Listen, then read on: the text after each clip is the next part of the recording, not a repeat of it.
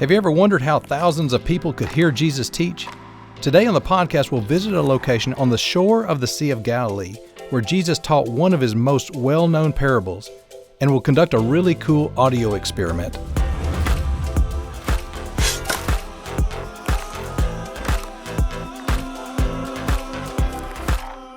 Welcome to Digging Deeper, the podcast where we talk about the geography, archaeology, people, and cultures of the lands of the Bible. By exploring those areas, we hope to broaden your understanding of the biblical narrative. You can learn more about us here at Appian Media and watch our free video series at www.appianmedia.org. Before we start today, we want to talk about our sponsor, Memo Marketing. Recently, Appian Media has teamed with Memo Marketing to update our website, as well as provide a number of other marketing ideas for helping us promote the work we're trying to do. We're happy to have them on board, and we'll say a little bit more about them later in the program. All right, Dan, here we are. We've been talking about this for a long time, and I'm finally glad that we get to do it. It's been a long time in coming. First of all, let's do some introductions here. Let me introduce myself. My name is Barry Britnell. If you've been associated with Appian Media at all, you may have seen my image on the videos that we have been producing with the Following Messiah and Searching for a King. But strangely enough, I actually have a degree in meteorology. I got that at Florida State University a number of years ago. We're actually going to talk about that in a later episode, so I don't want to talk about it a lot right now. But I spend most of my time developing software, but I have a passion for the lands of the Bible, and I've been able to travel over to Israel a number of times, and I love being able to share that with other people. And so that's me. My partner in crime here is Dan Kingsley. Dan, tell us a little bit about yourself. Well, I'm a physician who works in Chattanooga. I specialize in hematology, medical oncology, and palliative medicine. But I tell all my patients that's my day job, so I get to do the fun stuff. And I'm very passionate about the lands of the Bible, traveling over there, teaching others about it. And with Appian Media, you'll see my name generally in the credits. I do a lot of behind-the-scenes stills photography and helping out. And I tell you, if you go to our website and look at a lot of those still images, Dan took nearly every one of those. Dan is a fantastic photographer, and boy, he has done a great job with all that. Well, let's talk a little bit about the history that we have together.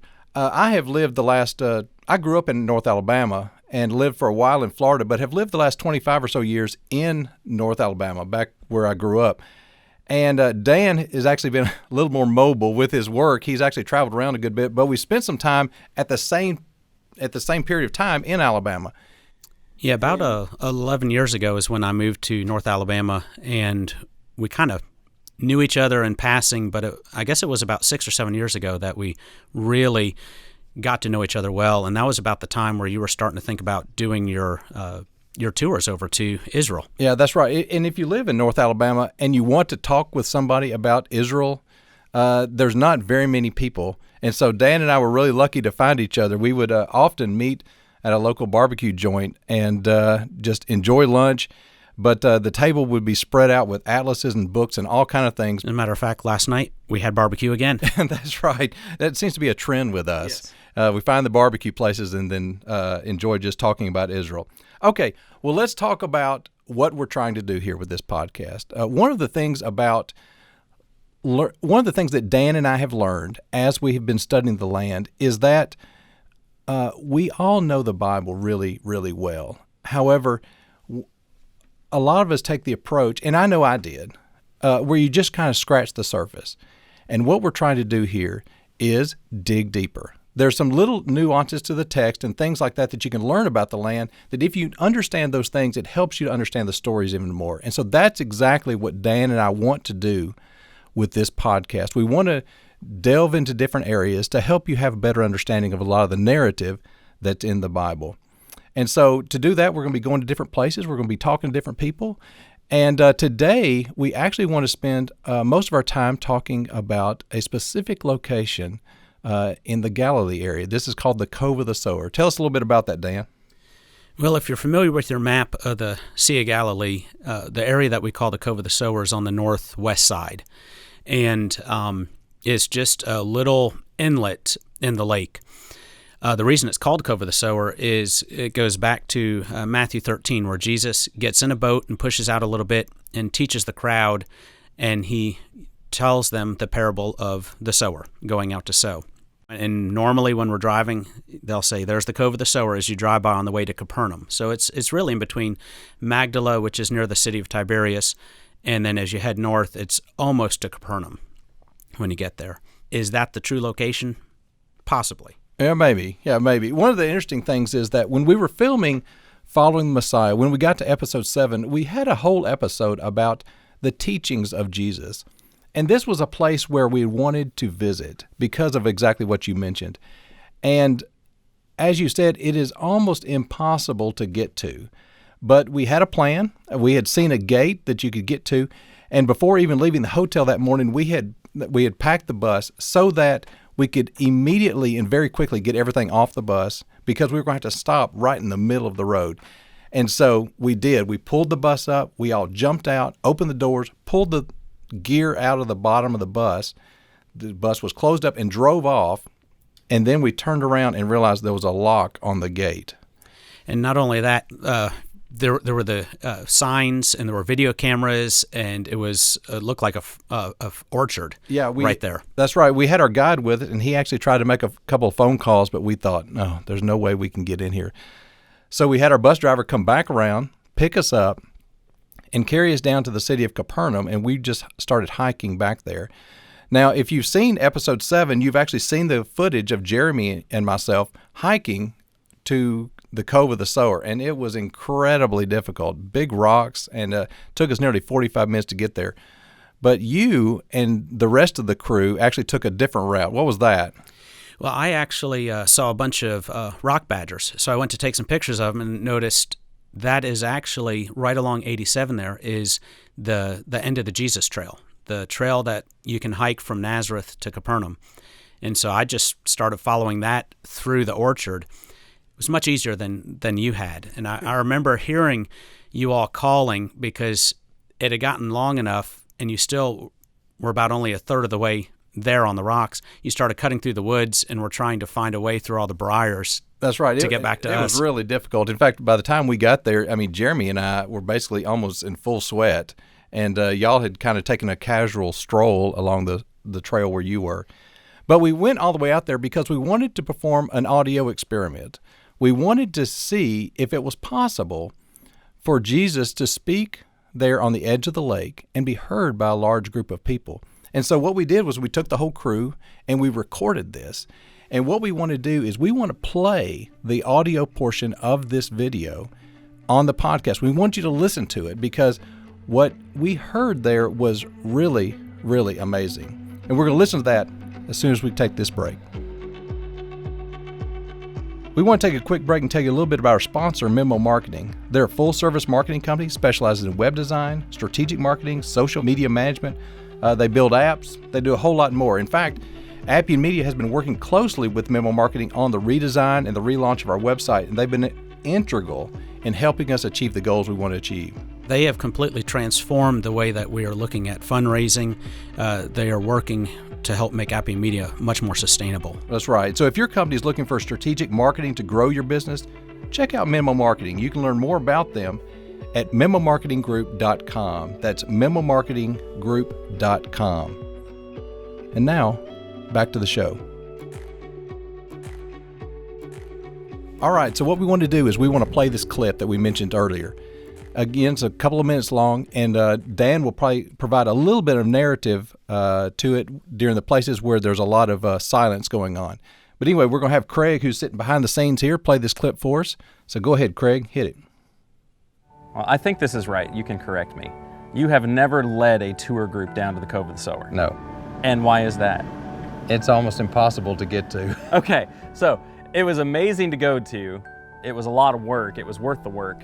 But the average person coming to Israel is not going to make that stop. No, from the place that we found to park that we could access it, it was probably 45 minutes hike. Over rocks. It was very difficult to get there.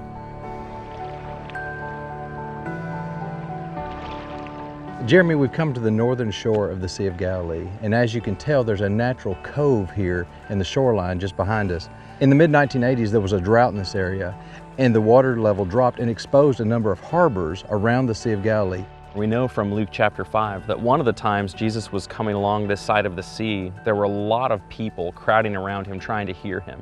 And when he got to some spot around here, he got into a boat with Peter and pushed back from the shore and spoke up to the people that were still on the land. Now, standing here in this cove, you can turn around and see it forms kind of a natural amphitheater. And it's really easy to imagine Jesus, this is his stage as he turns and faces the people and speaks up to them. Many people have questioned whether or not Jesus could actually be heard by a large group of people if he's a few feet off the shoreline. Let's do an experiment. Let me go up the hill a little ways, and when I get up there, I want you to read the parable of the sower in a natural but loud speaking voice, and let me see if I can hear it. Sounds good. This was the really neat part for me. We watched you walk about 80, 100 yards up the hill and turn around and then start talking through the walkie-talkies initially. Okay, Jeremy, I'm in position. Go ahead and read that passage and let me see if I can hear you. All right, I'm going to read from Matthew 13. That same day, Jesus went out of the house and sat beside the sea, and great crowds gathered about him, so that he got into a boat and sat down. The instant he started talking, I thought for a second he was still using the intercom. I could hear him perfectly. No doubt if I was twice as far away, I could have heard him easily. And the whole crowd stood on the beach, and he told them many things in parables, saying, A sower went out to sow, and as he sowed, some seeds fell along the path, and the birds came and devoured them. Other seeds fell on rocky ground, where they did not have much soil, and immediately they sprang up, since they had no depth of soil. But when the sun rose, they were scorched, and since they had no root, they withered away. Other seeds fell among thorns, and the thorns grew up and choked them.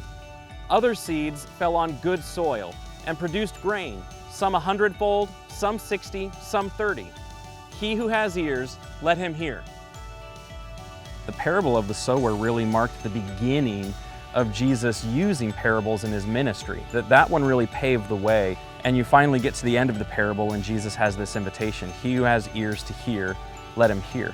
Explaining even to his disciples afterwards, who didn't get the parable, that we need to make sure that we're paying attention and allowing Jesus to teach us what he wants to teach us, and that we're going to hear and allow his word to go deep into our lives.